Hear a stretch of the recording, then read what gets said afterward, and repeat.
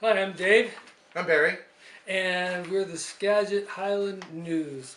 Today we're going to discuss some climate change. So I'm just going to read this little shot guy going here. A 2008 Massachusetts Institute of Technology study concluded that even the most conscientious American will produce more than double the amount of CO2 as compared to that of the global per capita average. Now, the other thing I want to touch on, the normal carbon cycle. That's the amount of carbon that gets dispersed into the air, water, sea. The cycle is about 750 gigatons per year.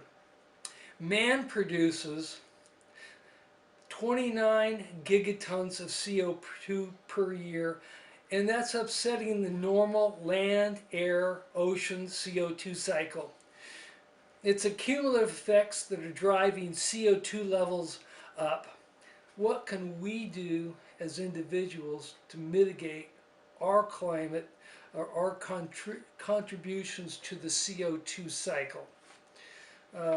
Myself, I've got a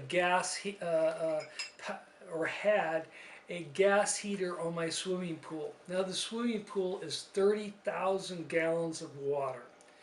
And in spring, it takes a lot of energy to get it up to a up to temperature. And what I calculated, the natural gas, if you're burning it, a million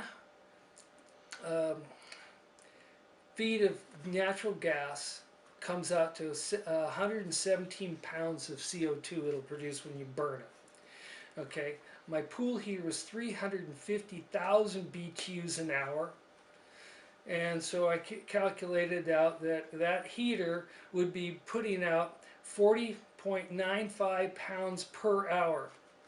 Now in the spring, I used to have to heat that pool 24/7, and it took about a week to bring it from about 51 degrees Fahrenheit to 80 degrees Fahrenheit. And that's with the pool cover on, and that was running 24/7. So that would work out to 6,880 pounds of CO2 I produced just in the heat up cycle, just to go from 51 to 80. So I wanted to talk to Barry Yeah. and see what his thoughts were on it, and if he's uh, done things around his home to mitigate his CO2 output. Well, I mean, I haven't really thought about it a lot in my own personal level, but I, uh, I drive a car, so that's putting out some CO2. I'd like to ride my bike more. Um, I have electric. I use electric here in Northwest Washington, so that's hydro. I don't think we have any coal plants here. Everything's pretty much hydro, so that's helping. We have some natural gas We plants. do. There's a cogeneration plant Oh, down in, there, yeah, In yeah, yeah, Bellingham, yeah, yeah. Bellingham, but it only comes online when we're in times when they need the extra electricity, I believe. Yeah, So it really I don't doesn't. understand, but I think that's it. I haven't really researched that part of it. But what I do know about climate change is that on my property, I live in Skagit County, Skagit Highlands, Pacific Northwest Washington, and it was like when I first got here 20 some years ago, 23 years ago, it was a wetland. You know, I mean, I had to do all this wetland mitigation, which really irritated me when I was a former Republican, but now I don't feel that way. It was a process, and I go to the cabin back there where my cabin was. You used to have to walk through like a swamp almost. Well, it was a river. It was a slow river, Well, I remember. a swamp. Yeah, you know, swamp-ish. But now I don't have that problem anymore. And on my property, see all the dead trees up there? But the ones that go first are like the cedars. There's a cedar back there. You can see the top. And that's what's happened with a lot of the cedars on my property. Like for the tops up, they start drying out, and then and that's just because of the lack of water. And I thought, you know, around here I'm asking people like, well, what is it? You know, is it bugs or stuff? It's like, no, it's just actually lack of water. You know, the guy down the road, the guy that he owns the Eagle 3 or whatever, that guy, they had to cut down all of this the cedar trees in the front because they just died. It's like, this has happened in the last 5 years. And The Eagle 3 is a fishing boat that's Yeah. based out of here, fishes in southeast Alaska. and the owner just lives right down the road. Yeah. And I talked to him because he had a nice grove of cedar, this red, western red cedar. I think that's what it is out here. They had to cut it all down because his wife was nervous that they were just gonna hit the house. Right. On the house. Well, I've noticed in Bellingham too, and maybe you guys could email us your findings for your community, and we'll put it up here at the Skagit Highland News. I think there's a link on the, or I will put a link up on this video when we get ready to post it. Your experience. What are you experiencing? What have you done to mitigate your CO2? I know the first thing I did when I moved into my new house, this was back in '03, so it was a few years back, was to replace all of the incandescent lights at the time with CFLs.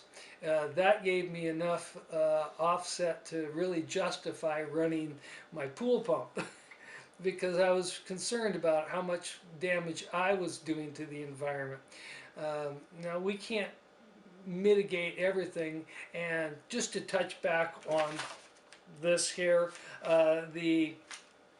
with the Massachusetts Institute of Technology study, the reason they said that we as Americans, even if you did everything that you possibly could, still outproduce most of the rest of the world is because they're calculating in the services we get, police, fire, ambulance, whatever, all the government services that go into making our country run smooth.